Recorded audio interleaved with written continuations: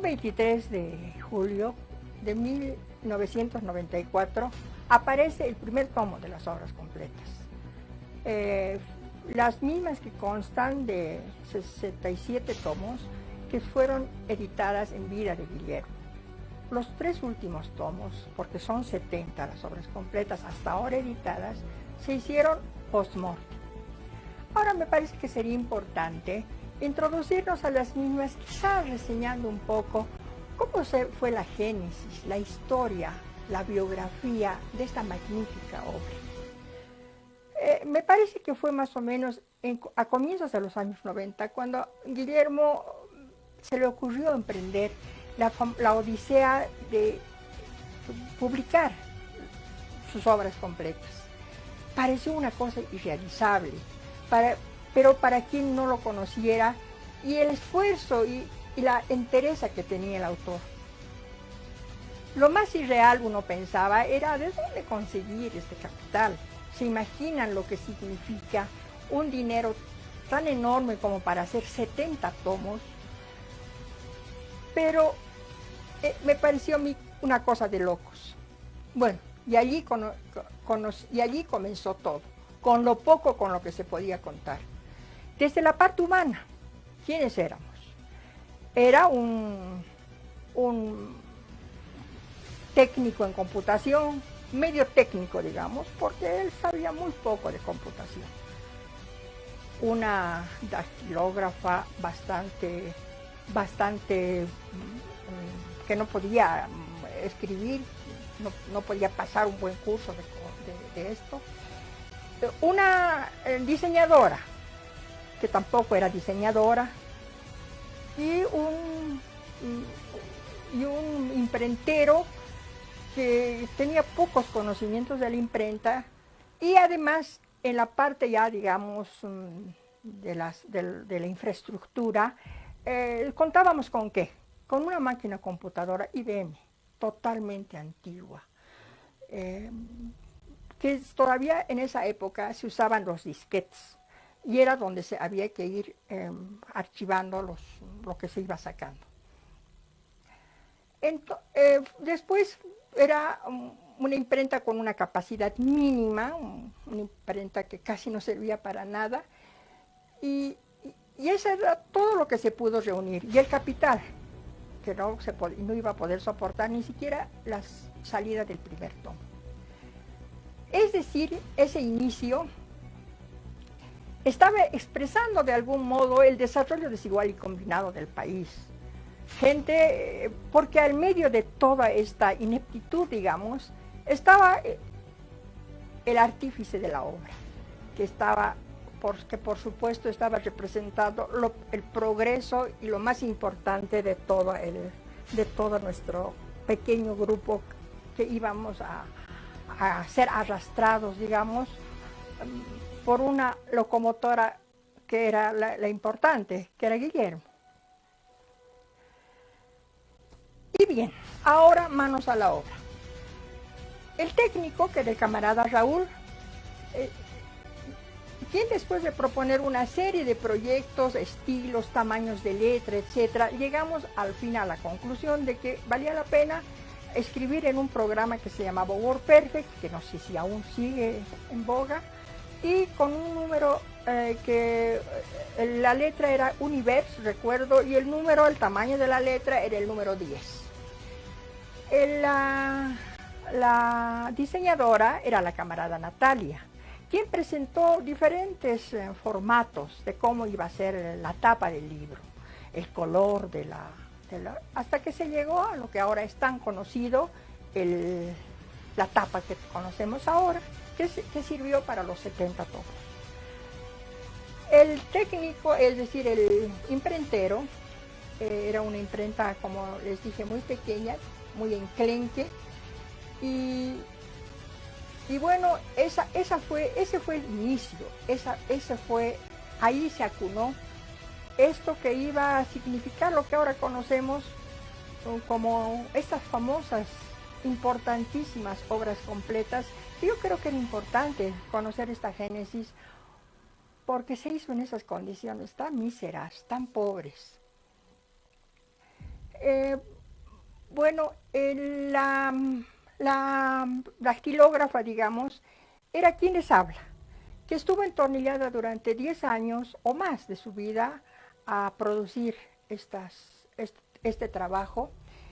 El primer tomo que salió en ese momento, recuerdo que la matriz se la llevó el camarada Raúl y él editó en algún lugar que se prestó, que lo hacía de noche, en fin, y al fin salió el primer tomo. El primer tomo que, como ya dije, vio la luz un 23 de julio. El dinero, Guillermo se propuso hacerlo a través de suscripciones, y es así como salió adelante las cosas. Al principio, al escribir estas obras completas, todo era manual. Como ya había dicho, había que ir escribiendo letra por letra, copiando los trabajos. Recuerdo que copié quizá hasta la historia del movimiento obrero, la historia del POR también copiamos. Y después, oh sorpresa, llegó una noticia de que había un aparato que se llamaba escáner y que podía habernos solucionado mucho el problema. Pero nosotros discutíamos entre nosotros, ¿qué será ese escáner? ¿Será algo que nos va a permitir solamente sacar una foto de la página, o podremos introducir algún arreglo o algo? Bueno, después de mucho tiempo lo usamos y al final ya ayudó mucho. Pero el trabajo que realmente y especialmente recuerdo es el del diccionario. ¿Cómo fue ese diccionario? Guillermo, en esas sus correrías, en esas sus lecturas tan amplias que tuvo, había reunido un montón en realidad entregó 3 cajas de zapatos, y adentro estaban un montón de papelitos que más parecían mistura, pequeñísimos. Y allí estaban anotados todas las fichas que había logrado reunir en su variadísima, su enorme cultura que tenía y todo lo que había leído, y fue poniéndolo allí, y eso es lo que había que copiar, que además seleccionar alfabéticamente, y era tan difícil leer estas pequeñas notitas, porque eran notas que muchas veces ya habían pasado el tiempo y se habían mucho borrado. Entonces, y la letra de Guillermo, muchos camaradas la conocen, era endiablada, no se podía leer.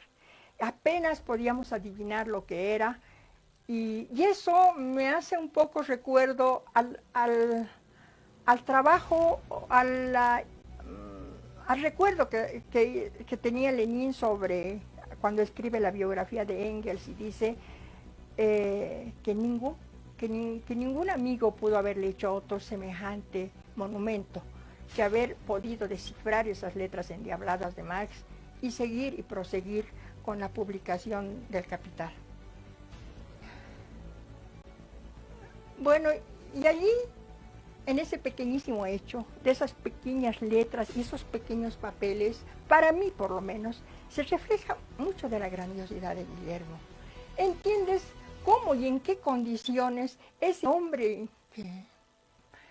que analizó la estructura de la sociedad boliviana, que nos dio toda la perspectiva de cómo va a ser la revolución, necesitaba esos diminutos papeles, porque eran necesarios para él, porque él lo que cuidaba era mucho la economía desde su partido que era tan pequeño y tan pobre.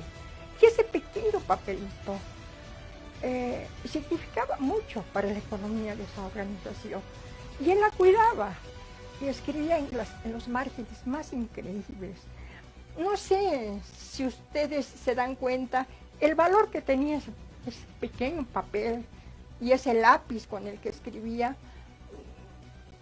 y las condiciones en las que pudo haber producido, y así fue.